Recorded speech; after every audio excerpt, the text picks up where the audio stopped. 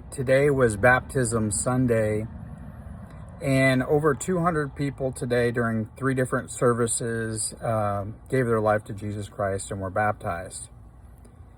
And church, it's called Church of Whitestone, and it's led by several different pastors. Most notably is Pastor Torrin Wells, who is a Christian musician, but he's also a pastor.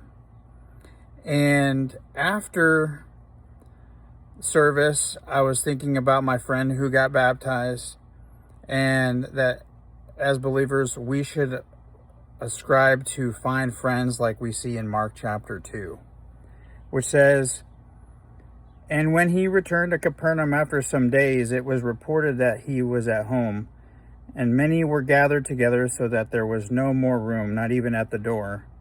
And he was preaching the word to them. And they came, bringing to him a paralytic, carried by 4 men. And when they could not get near him because of the crowd, they removed the roof above him. And when they had made an opening, they let down the bed on which the paralytic lay. And when Jesus saw their faith, he said to the paralytic, 'Son, your sins are forgiven.' Now some of the scribes were sitting there, questioning in their hearts, 'Why does this man speak like that? He is blaspheming. Who can forgive sins but God alone?'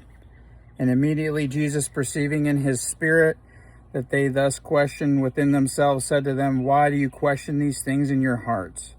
Which is easier to say to the paralytic, "Your sins are forgiven," or to say, "Rise and take up your bed and walk"? But that you may know that the Son of Man has authority on earth to forgive sins.'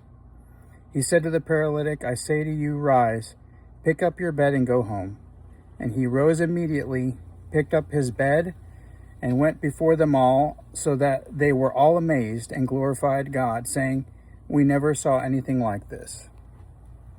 And on the way home, after we celebrated the baptisms, I saw a license plate of a Corvette. And on the back it said, "For me, YOLO." Stands for you only live once. The point is this: we make a decision. Do we live for Christ?